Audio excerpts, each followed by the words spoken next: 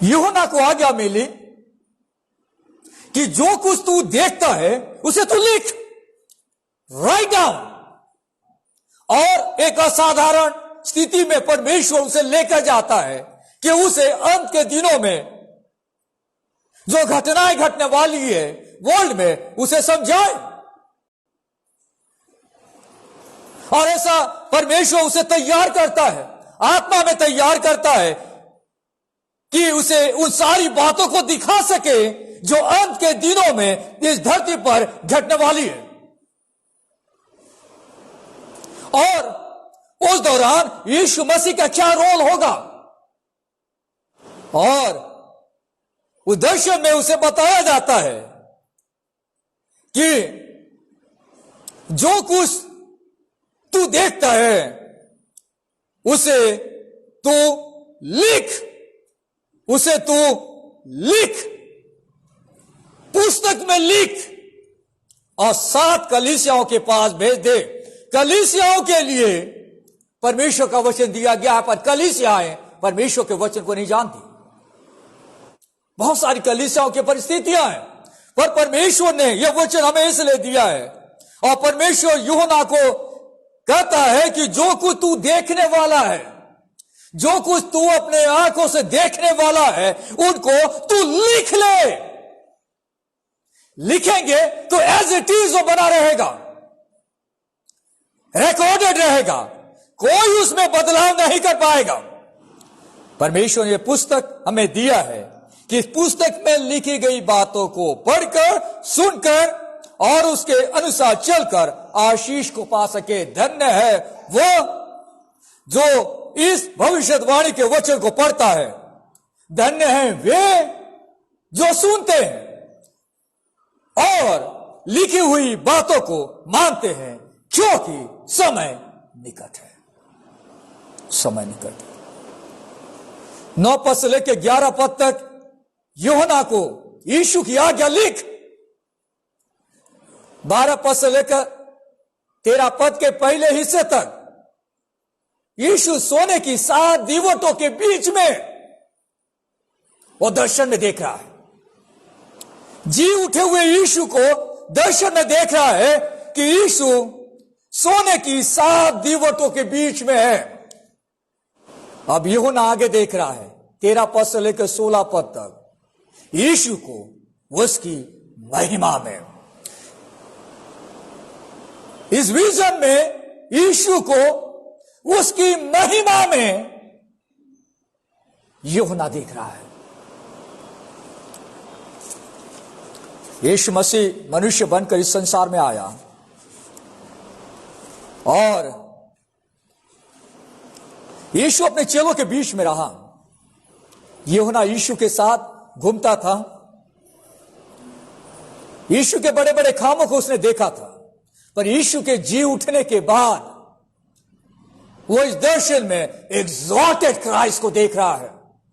ऊंचा उठाए गए यीशु को वो देख रहा है। यीशु को उसकी महिमा में देख रहा है। He sees Christ in his glory। उसने यीशु मसीह को सिर्फ एक मनुष्य के रूप में देखा था। जो यीशु मनुष्य बनकर इस धरती पर आया, एक गरीब परिवार में यीशु का जन्म हुआ। बाइबल बताती है कि यीशु के पास सिर धरने की भी जगह नहीं थी। यीशु मसीह लोगों के बीच में परमेश्वर के राज्य का सुसमाचार प्रचार कर रहा था। एक जगह से दूसरे जगह में, एक गांव से दूसरे गांव में यीशु पैदल जा जाकर लोगों को यीशु के प्यार के बारे में समझा रहा था। उसी यीशु को यूहन्ना ने देखा था, पर आज पहली बार अपने दर्शन में वो यीशु को जो जी उठा है अपने इन आंखों से देख रहा है। और वो पूरा पिक्चर उसके सामने है और उस पिक्चर को वो अपनी भाषा में, अपने लैंग्वेज में एक्सप्लेन करने की कोशिश कर रहा है। यहां पे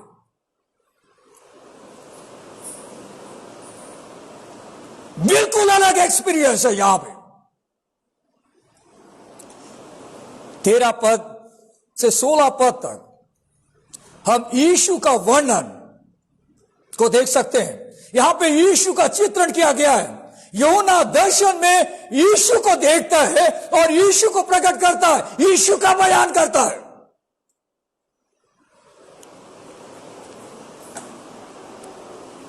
वो दर्शन में क्या देखता है? यीशु अपनी महिमा में कैसा दिखता है? इस प्रश्न का उत्तर आज 13 पद से लेकर 16 पद तक हम देख पाएंगे। Jesus in his glory.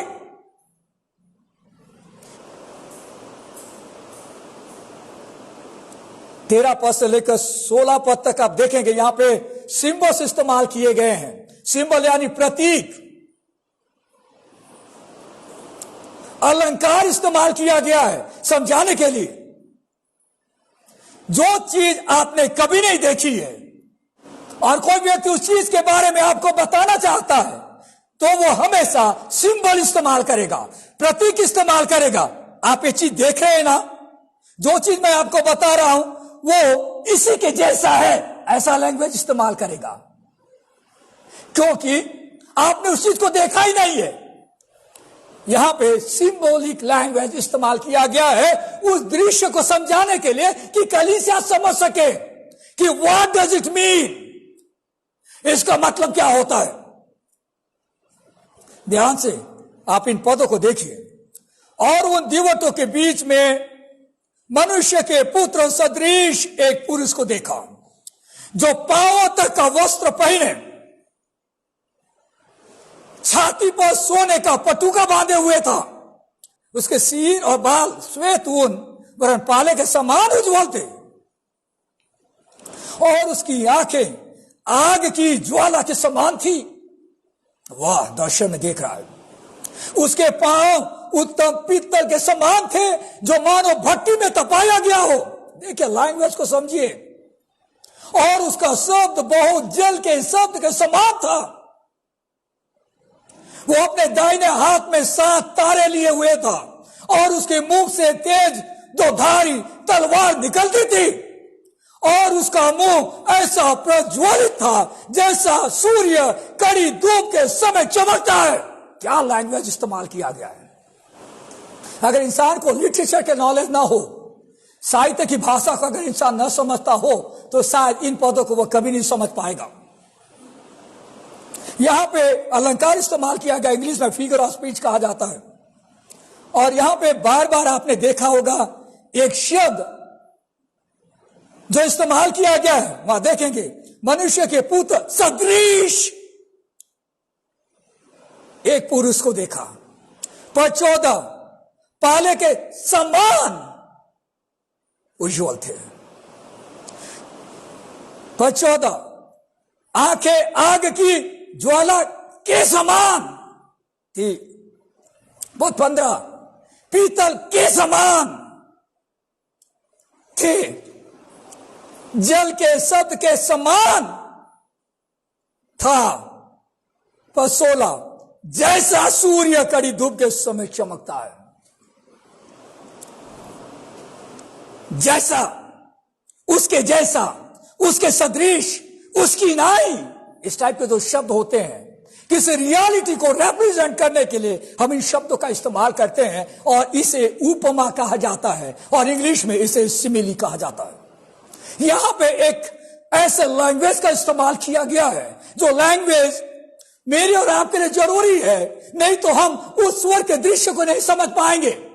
इसलिए यूहन्ना पहली बार उस स्वर के दृश्य को देख रहा है, और वो यीशु को देख रहा है, तो वह यहां पे सिमिली का इस्तेमाल कर रहा है, उपमा का इस्तेमाल कर रहा है, समझाने के लिए।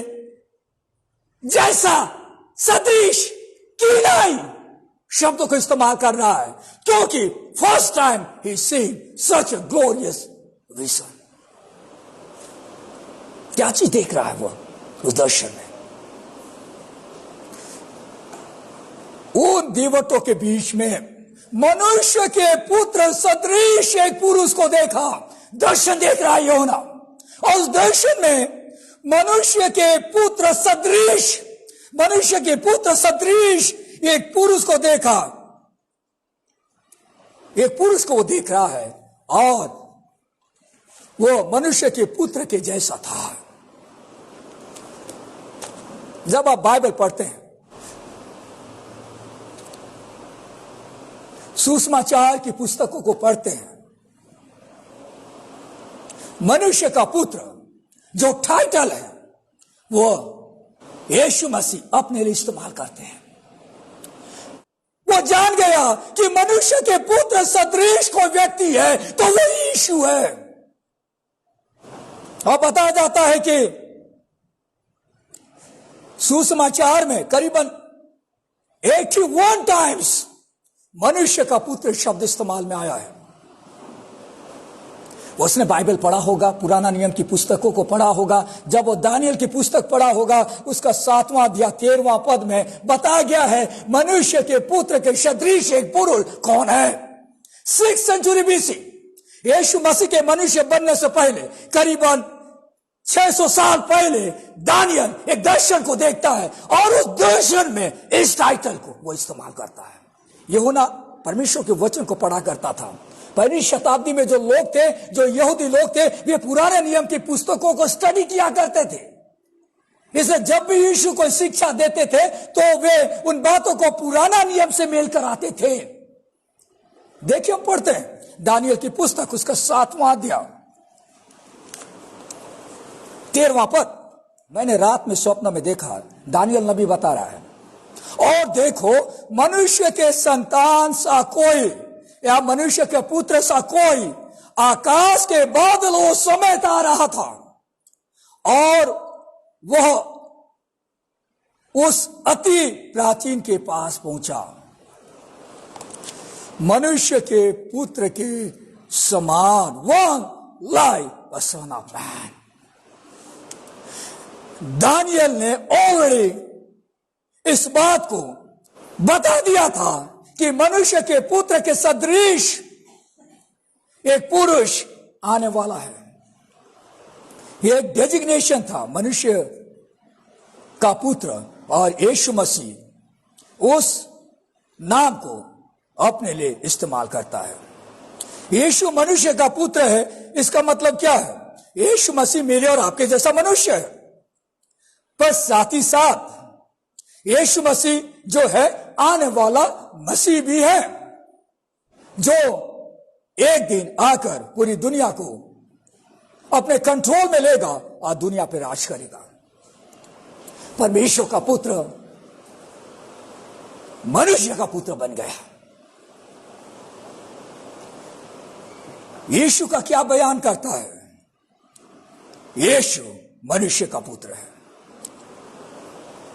और उस दर्शन में आगे वो क्या देखता? पहला वो देखा कि मनुष्य के पुत्र सदृश एक पुरुष है, और वो जान गया कि यीशु मसीह है। उसके बाद उसका जो क्लोथिंग है, उसका जो पहनावा है, उसको वो देख रहा है दर्शन में। और इन शब्दों को समझना बहुत जरूरी है। एक पुरुष को देखा जो पांवों तक का वस्त्र पहने और छाती पर सोने का पटुका बांधे हुए था।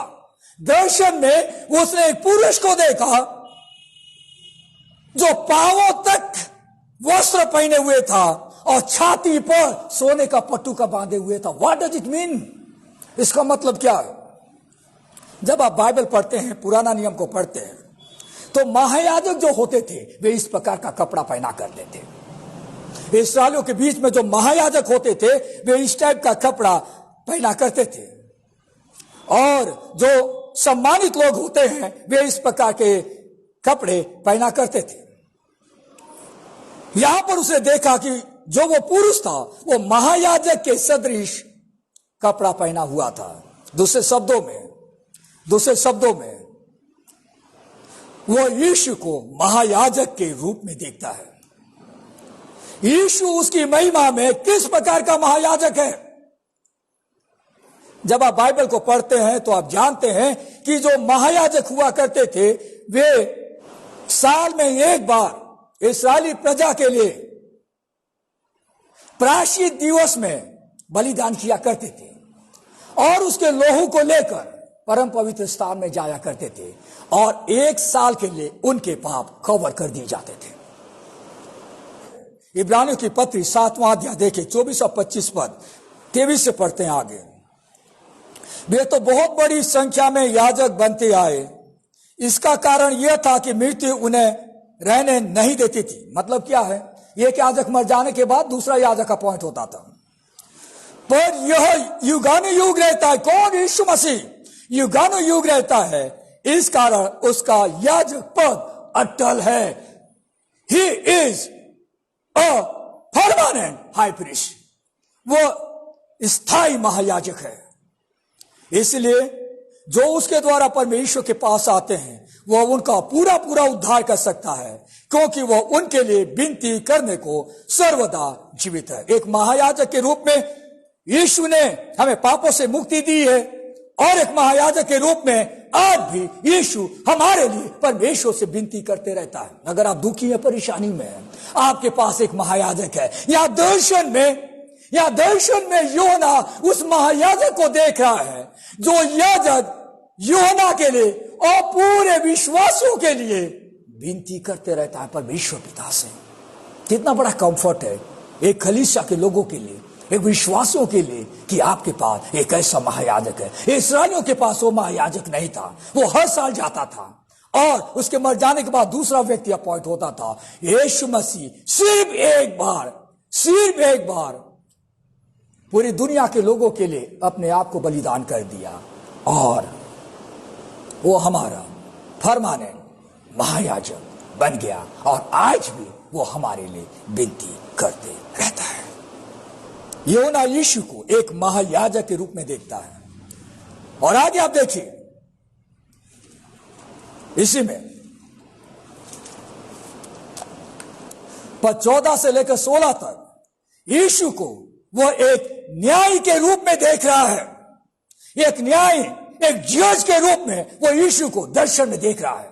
इसका क्या मतलब होता है? जज, यह एक न्यायिक शब्द है।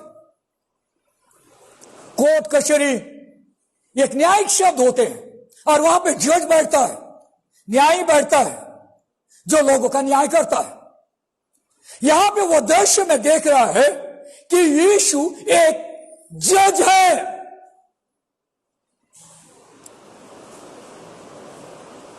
एक जज है, न्यायी है। 14 से लेकर 16 पद तक यीशु कैसा न्यायी है और कैसा उसका राज्य है, उसका जिक्र किया गया है। एक एक करके मैं आपको समझाऊंगा बहुत जल्दी। नंबर 1, क्या लिखा है? उसके सिर और बाल श्वेत ऊन वरन पाले के समान उज्जवल थे। वो क्या बताना चाह रहा है? वो ये बताना चाह रहा है कि यीशु जो है वो अति प्राचीन है, और उसका राज्य प्राचीन काल से है। वो एक ऐसा जज है जो शुरू से ही न्याय करता आ रहा है। दुनिया में कोई भी जज परमानेंट जज बनकर नहीं रह सकता। चाहे वो हाई कोर्ट का जज हो, चाहे वो सुप्रीम कोर्ट का जज हो, सबकी समय सीमा निर्धारित होती है। समय सीमा समाप्त हो जाएगी तो दूसरा जज अपॉइंट होगा। यीशु दुनिया का एकमात्र जज ऐसा है जो अति प्राचीन है, और उसका राज्य प्राचीन काल से है। यह उसके अस्तित्व को दर्शाता है। समय की सीमाओं से यीशु बंधा नहीं है। उसके सिर और बाल श्वेत ऊन वरन पाले के समान उज्जवल थे। जनरली हम किसी बुजुर्ग व्यक्ति को देखते हैं तो हम उनके सिर के बाल को देखते हैं, बाल सफेद होता है।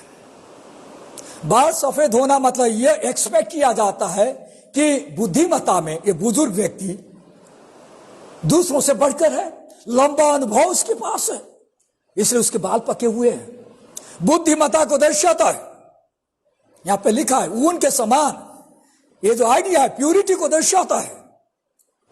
ये कौन है?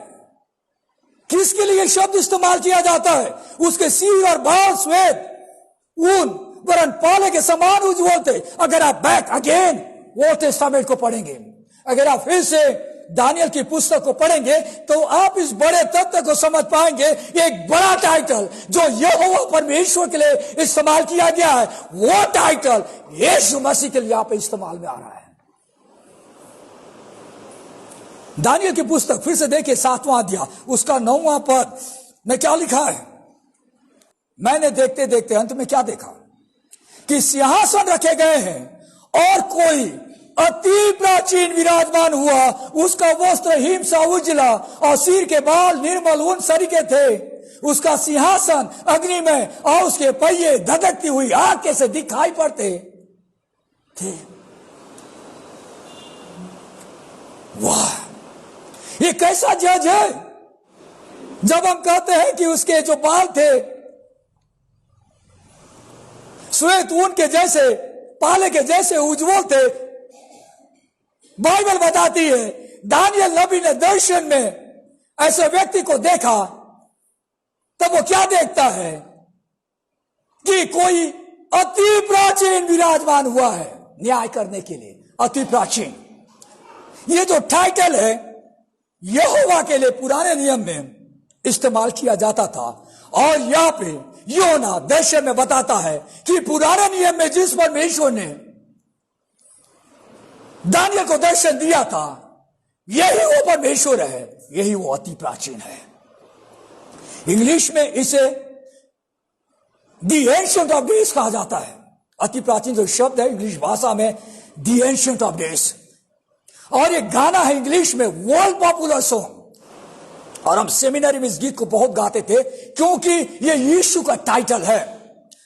इन दिनों आप यीशु के कई सारे नई नई बातों को समझने की कोशिश कर रहे हैं, जानने की कोशिश कर रहे हैं जो पहले आपने कभी नहीं जाना। यहां पे यीशु को अति प्राचीन कहा गया है। He is the ancient of days, अति प्राचीन दिन, अति प्राचीन, इसका नाम है। Blessing and honour, glory and power be unto the ancient of days. From every nation, all of creation bow before the ancient of days. ये गाना वर्ल्ड फेमस गाना है, 18th सेंचुरी में लिखी गई है गीत, वर्ल्ड फेमस एवरग्रीन सॉन्ग कहा जाता है। आप यूट्यूब में गाना सुनिएगा। ये यीशु के टाइटल पे आधारित एक गीत है, एंशिएंट ऑफ डेज। हिंदी में इसे अति प्राचीन शब्द इस्तेमाल किया गया है। He is the ancient of days. वाह, पहली बात वो बताता है दर्शन में कि वो अति प्राचीन है। जब आप उत्पत्ति की पुस्तक 1 अध्याय 1 पद को पढ़ते हैं तब आप वहां जानते हैं कि परमेश्वर ने दिन को बनाया, परमेश्वर ने रात को बनाया। God existed before the beginning of time. दुनिया बनने से पहले, समय बनने से पहले, पृथ्वी बनने से पहले से ही वो है, इसलिए वो अति प्राचीन है। यीशु का टाइटल दर्शन में वो देख रहा है, वो अति प्राचीन है। आज भी हमने उत्तरवादी पाठ में पढ़ा कि परमेश्वर ने दिन और रात को बनाया, सूर्य और चंद्रमा को बनाया। उसका मतलब क्या? वो अति प्राचीन है। He is the ancient of days. दूसरी बात, वो क्या देख रहा है? उसकी आंखें आग की ज्वाला के समान थी। दूसरा पिक्चर, अब वो यीशु की आंखों को देख रहा है और तुलनात्मक दृष्टिकोण से उसे बताने की कोशिश कर रहा है कि उसकी आंखें आग की ज्वाला के समान थी। Miss what? उसकी आंखें हर व्यक्ति को देखती है और उसका न्याय करती है। मेरे प्रियो, यीशु की आंखें हर व्यक्ति को देखती है, उसका न्याय करती है। आग जो होता है एक न्याय को दर्शाता है, एक जजमेंट को दर्शाता है। उसकी नजर हर व्यक्ति पर रहती है, दुनिया के हर व्यक्ति पर, कलीसिया के हर व्यक्ति पर उसकी नजर रहती है। जब वो कलीसिया में किसी व्यक्ति को देखता है और वो पापों में डूबता डूबता डूबता जा रहा है, परमेश्वर उसे बचाना चाहता है। परमेश्वर उस पाप से उसे बाहर निकालना चाहता है। कलीसिया के लोग अगर परमेश्वर से दूर जा रहे हैं, वहां पे यीशु मसीह काम करता है। अपनी आंखों से कलीसिया के अफेयर को देखता है, कलीसिया के एडमिनिस्ट्रेशन को देखता है, कलीसिया कैसे सिस्टम से मूवमेंट कर रहा है, यीशु देखता है। और उन हर एक ऐसी चीजों से जिससे परमेश्वर की महिमा नहीं होती, यीशु उस कलीसिया से उन चीजों को बाहर निकालना चाहता है। उसकी नजरें हर व्यक्ति पर और हर कलीसिया में टिकी रहती है। दर्शन में यूहन्ना देख रहा है। जब विश्वासी प्रभु में सो जाएगा तो विश्वासियों का भी न्याय होगा, जिसे बीमा सीट ऑफ क्राइस्ट कहा जाता है। उनको रिवार्ड मिलेगा। अगर एक अविश्वासी यीशु को जाने बिना मर जाता है तो उनका भी न्याय होगा, जिसे श्वेत सिंहासन वाला न्याय कहा जाता है। Great white throne judgement Revelation में बताया गया है। और उसके बाद कैसे उन अविश्वासियों को आग की झील में डाल दिया जाएगा। यीशु की नजर हर व्यक्ति पे टिकी रहती है, इसलिए वो यहां पे शब्द इस्तेमाल कर रहा है। उसकी आंखें आग की ज्वाला के समान की दर्शन में देख रहा है। तीसरी बात, उसके पांव के बारे में आप वर्णन कर रहा है। उसके पांव उत्तम पीतल के समान थे, जो मानो भट्टी में तपाया गया हो। उसके पांव उत्तम पीतल के समान थे, जो भट्टी में तपाया गया हो। दर्शन में वो एक ऐसे लैंग्वेज को इस्तेमाल कर रहा है, समझने की कोशिश कर रहा है कि उसके पांव कैसे दिखते थे। तो उसके दिमाग में पीतल शब्द आया। यानी क्या है, उसके जो पांव है वो न्याय की ओर बढ़ते हैं। यीशु मसीह हमेशा न्याय की ओर अपने पांव को बढ़ाने वाला प्रभु है। उसके पांव न्याय की ओर बढ़ते हैं आगे। और उसका शब्द बहुत जल के शब्द के समान था। फिर से लैंग्वेज को समझिए। उसका शब्द, द वर्ड, उसका जो शब्द है बहुत जल के समान था। Like the sound of rushing waters, यह उसका शब्द है। क्या मतलब है? उसका शब्द अधिकारपूर्ण है। उसके सामने किसी की नहीं चलती, किसी का अधिकार नहीं चलता। बहुत जल का शब्द मतलब क्या होता है आपको मैं समझाऊंगा। अगर आप किसी जलप्रपात में जाएंगे देखने के लिए और जलप्रपात के बगल में आप खड़े रहेंगे तो आपको सिर्फ पानी गिरने की आवाज सुनाई देगी। उसे कहते हैं बहुत जल का शब्द, साउंड ऑफ मेनी वाटर्स। कोई आपको फोन कर रहा है तो आपको आवाज सुनाई नहीं देगी, आपको सिर्फ आवाज सुनाई देगी जो पानी गिर रहा है उसका शब्द आपको सुनाई देगा। यहां पे वो दर्शन में यीशु के शब्द को कितना पावरफुल है, कितना अधिकार से भरा हुआ है, इस पिक्चर को लाके समझा रहा है कि जिस प्रकार पानी यानी बहुत पानी जब मिल जाते हैं और जब वो गिरते हैं तो कैसा बड़ा शब्द सुनाई देता है। उस शब्द के सामने सबकी आवाज बंद हो जाती है। यीशु का शब्द और शब्द है। जब यीशु न्याय करता है उसके सामने दुनिया के किसी भी व्यक्ति की न्याय नहीं चलती। क्या लैंग्वेज इस्तेमाल कर रहा है। यीशु को उसकी महिमा में वो देख रहा है और अपनी भाषा में इन बातों को वर्णन कर रहा है, यीशु का वर्णन कर रहा है। यीशु के शब्दों को कैसे समझाए, लोगों को कैसे बताए कि यीशु का शब्द कितना ऑथोरिटेटिव है, कितना पावरफुल है। वो यहां पे एक पिक्चर को ला रहा है। बहुत पानी के शब्द के सामने कोई शब्द नहीं चलता, किसी की आवाज सुनाई नहीं देती। उसी प्रकार यीशु का शब्द अधिकारपूर्ण है। Jesus is the absolute voice of authority, to which all human authority must bow. जब ये पुस्तक लिख रहा है उस दौरान खुद योना पतमुस नामक टापू में डाल दिया गया है वचन के कारण में, यीशु की गवाही के कारण में। और वो वहां पे सत्ता को झेल रहा है। और बाहर जो कलीसिया के जो लोग हैं, 7 कलीसियाओं के नाम जो यहां पे बताए गए हैं, वे लोग भी यीशु के नाम से दुख उठा रहे हैं और उन्हें न्याय नहीं मिल पा रहा है। आवाज सुनने वाला कोई नहीं था। यहां पे उनके विश्वास को मजबूत कर रहा है।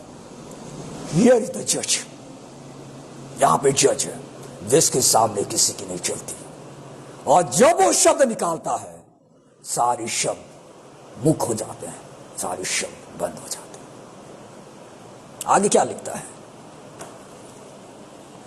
16, वो अपने दाहिने हाथ में 7 तारे लिए हुए था। दाहिने हाथ में 7 तारे।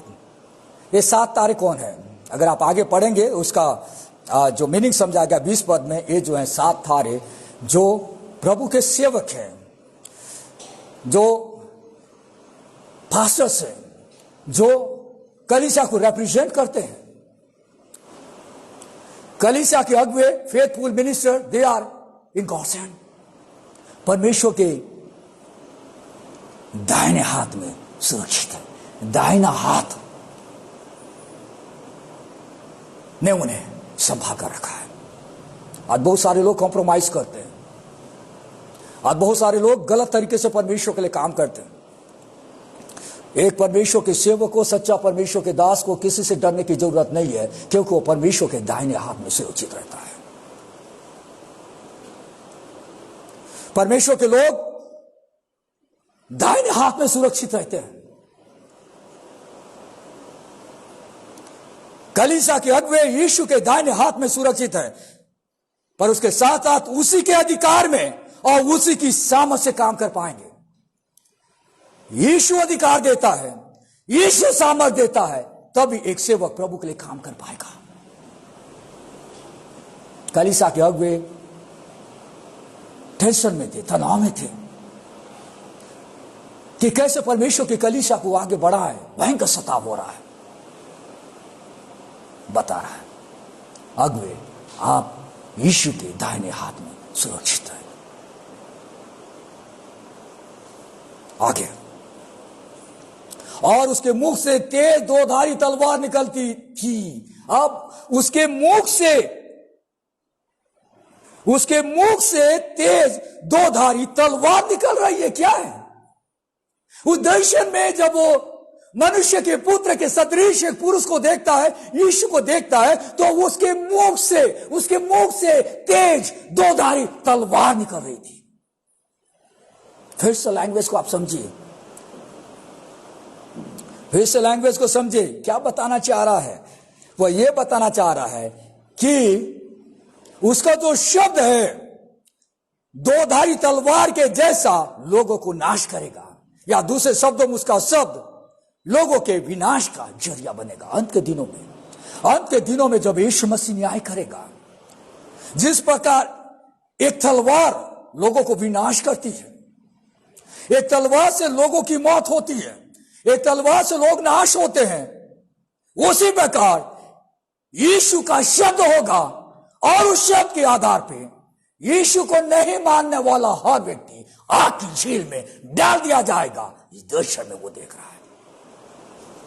उसके मुख से निकल रहा है, मुख से यानी शब्द निकल रहा है, तलवार निकल रहा है, यानी यीशु का शब्द निकल रहा है। वो भी ऐसा शब्द जो दो धारी तलवार के जैसा है। तलवार जो दोनों तरफ से चोखा है, किधर से भी छुएंगे तो उंगली कटेगी। पहले जमाने में लोग इस प्रकार के तलवार को लेकर लड़ाइयों में जाया करते थे, युद्ध के मैदान में दुश्मनों को मारने के लिए इस प्रकार का तलवार इस्तेमाल किया जाता है।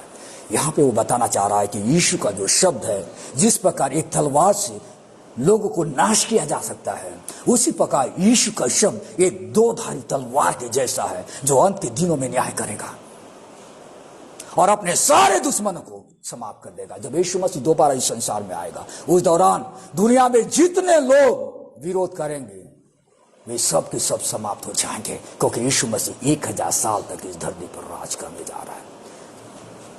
और आगे वो क्या देख रहा है? आगे देखिए, और उसका मुंह, पहले मुख के बारे में देखा हमने, मुख यानी माउथ, और दूसरा अब उसका फेस कैसा दिख रहा था? उसका मुंह ऐसा प्रज्वलित था जैसा सूर्य कड़ी धूप के समय चमकता है। यीशु का फेस को वो देख रहा है। यीशु के फेस को देखना किसी के बस की बात नहीं है। वो सिर्फ दर्शन में उसके फेस को अपनी भाषा में, प्रतीकी भाषा में, चित्रात्मक लैंग्वेज में, प्रतीकात्मक शब्दों में बखान करने की कोशिश कर रहा है। और वो यहां पे कह रहा है कि उसका मुंह ऐसा प्रज्वलित था जैसा, क्या जैसा? सूर्य कड़ी धूप के समय चमकता है। कड़ी धूप के समय आप कितने समय तक सूर्य को देख पाएंगे, जबकि हम इतनी लंबी दूरी पे रहते हैं सूर्य से। आप जानते हैं, पौलुस दमिश्क के रास्ते में जा रहा था, उस पर रोशनी चमकी थी और वो गिर पड़ा था। लोग उसको उठा के ले गए थे।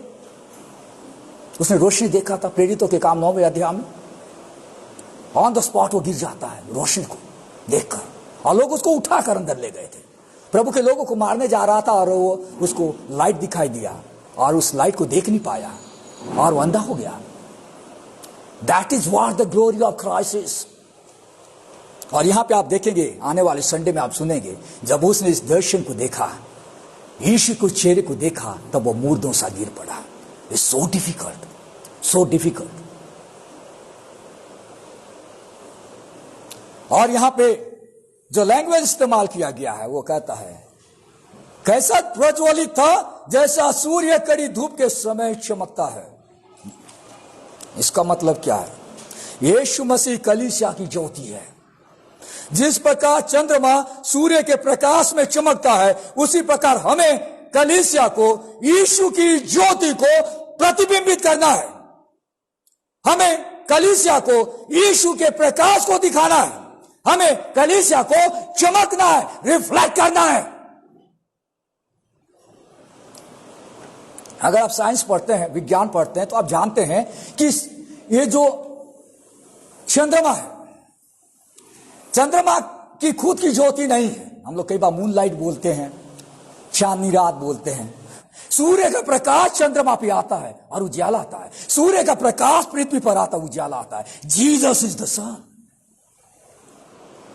यीशु मसीह वो सूर्य है। और कलीसिया के ऊपर में, व्यक्ति के ऊपर में जब वो सूर्य की ज्योति चमकती है, that should reflect from our life to this world. वो लैंग्वेज को समझा रहा है यहां पे। बहुत बड़ी बात, बहुत गहराई की बात वो समझा रहा है। सूर्य कड़ी धूप के समय चमकता है, वैसा यीशु का चेहरा था। मेरे प्रियो, बहुत बड़ी बातें हैं जो आज मैंने आपको समझाने की कोशिश की। कई दिनों से लगातार मैं तैयारी कर रहा था कि एक एक शब्दों को मैं आपको समझा सकूं इस पैसेज का, क्योंकि यह कठिन से कठिन पैसेजेस में से एक है जिसे समझाना हर व्यक्ति के बस की बात नहीं है। आम भाषा में, आम पब्लिक को उसका अर्थ एक्सप्लेन करना। हम प्रभु का धन्यवाद देते हैं। आज हमने देखा यीशु उसकी महिमा में। मेरे प्रियो, मेरा और आपका यीशु जीवित यीशु मसीह है। उसकी महिमा को इन आंखों से देखना संभव नहीं है, बट एक दिन जब यीशु मसीह आएगा और आप यीशु मसीह के साथ रहेंगे, तब आप उसकी महिमा को अपनी आंखों से देख पाएंगे।